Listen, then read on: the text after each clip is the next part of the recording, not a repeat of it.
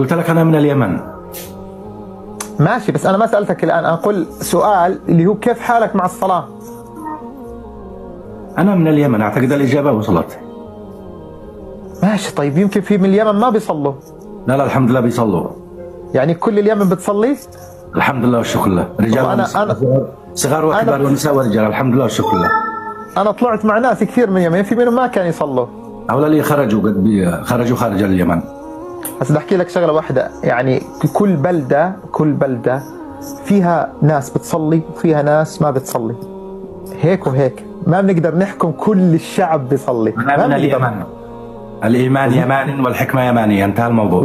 والنعم فيك في أهل اليمن، لكن أنا الآن مش قصة إنك يمني.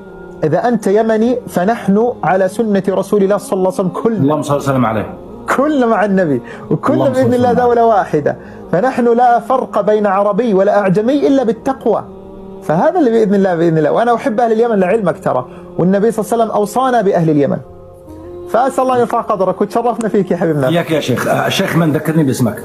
أنا عمر اسمي. عمر وشيخ؟ إن شاء الله يا رب أكون هيك شيخ، يا الله. طيب لو أنا مكانك مستحيل إني أظهر على طول، أظهر مع أي شخص وأسألك كيف علاقتك مع الصلاة. تحسس بتوتر وتحسس بإحراج حول الموضوع هذا، ولكن في طرق أجمل وأفضل.